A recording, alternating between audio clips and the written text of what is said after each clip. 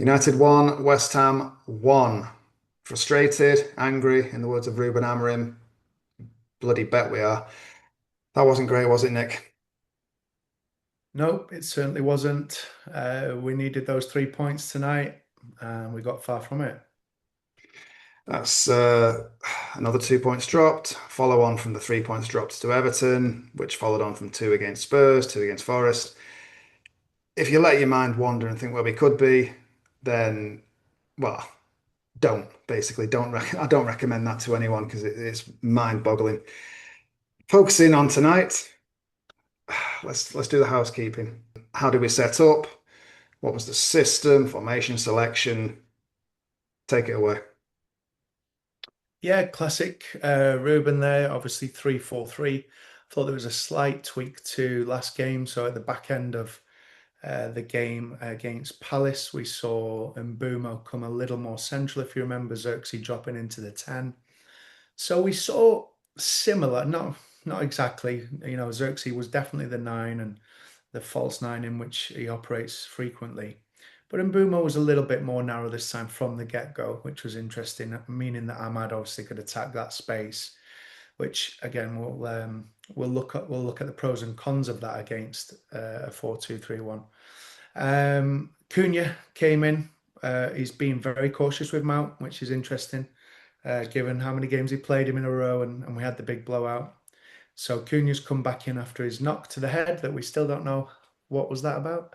And then with the usual, Casemiro and Fernandez in the double pivot and central mid.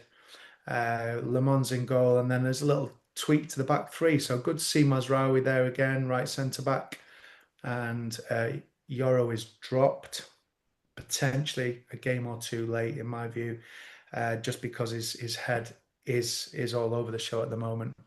And Heaven comes in as central centre back. So brave from Amrim. I actually quite like that, even though we've talked about Aidan Heaven's rashness at times and some inexperience. But to say, you know what, we deal it out. You're going to take the central centre back and make it your own tonight. And then you've got obviously Shaw and Mazraoui, experienced centre backs helping you out. So those were the selections. And as I say, at times I think we saw more of a 3-5-2 blueprint actually, and not so much a 3-4-2-1, because Cunha's role was interesting. He was a little too deep for me all night. He was tucking in alongside Bruno in that kind of left 10, but really making that trio in central midfield at times, and then Mbumo narrow. So it very much played out as a 3-5-2, certainly out of possession.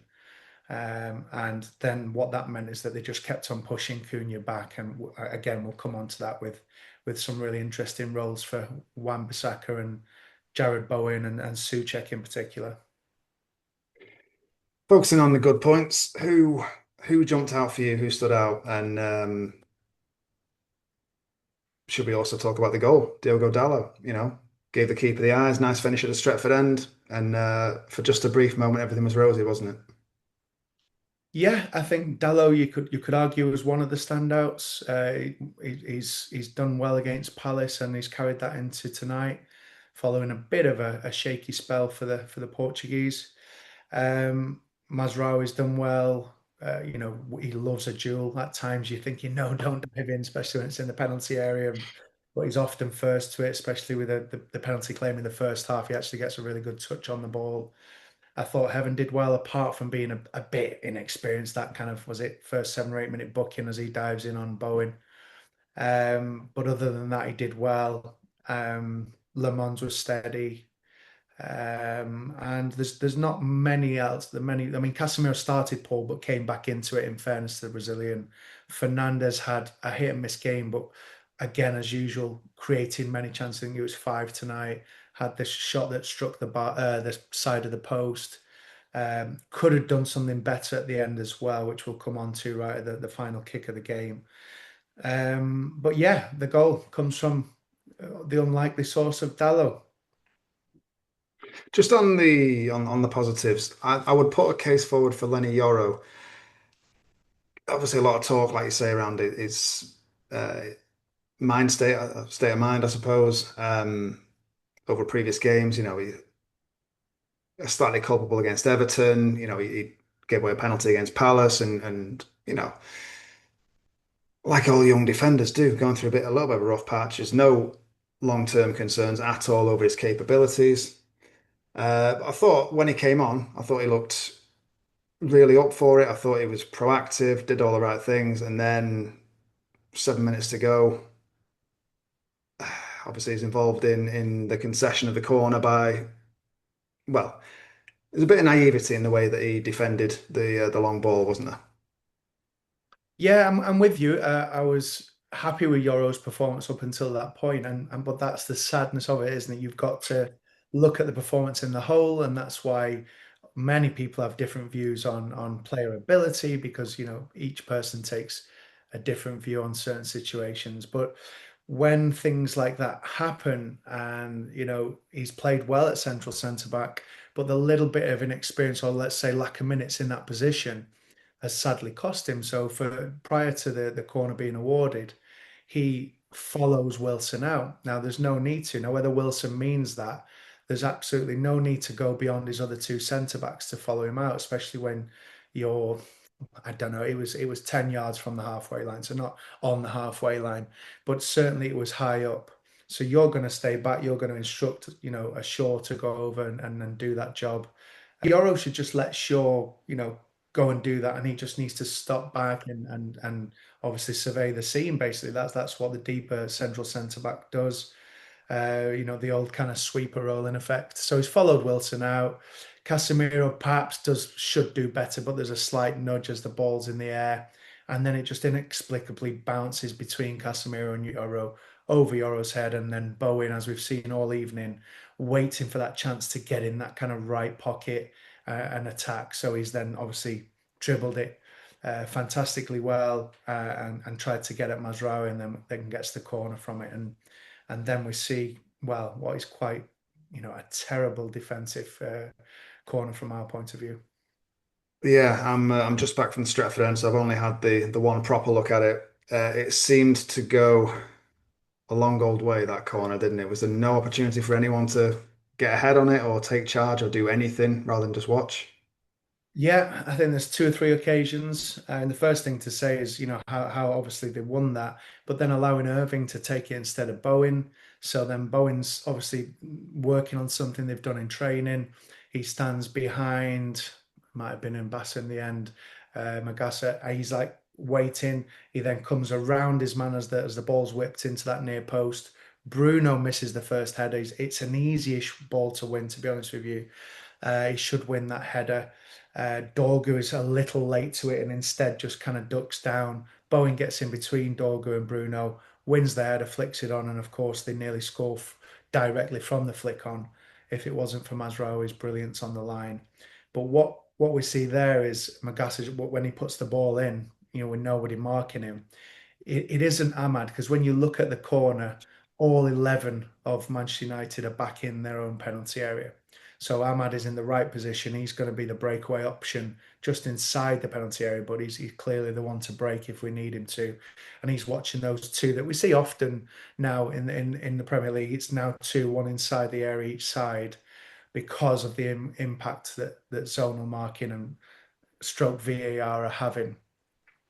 So the lack of wanting to tussle with your man-to-man marker means that zonal's become again in trend. So yeah, Magassa is left on his own. If you look at it and you want to be really analytical, Euro does get drawn to that near post as well. So you've now got five Manchester United players at that near post, including the Dorgus, the Casemiros, Fernandez, Ugarte's in there. Ugarte ducks as well when Dorgu ducks. Euro comes across.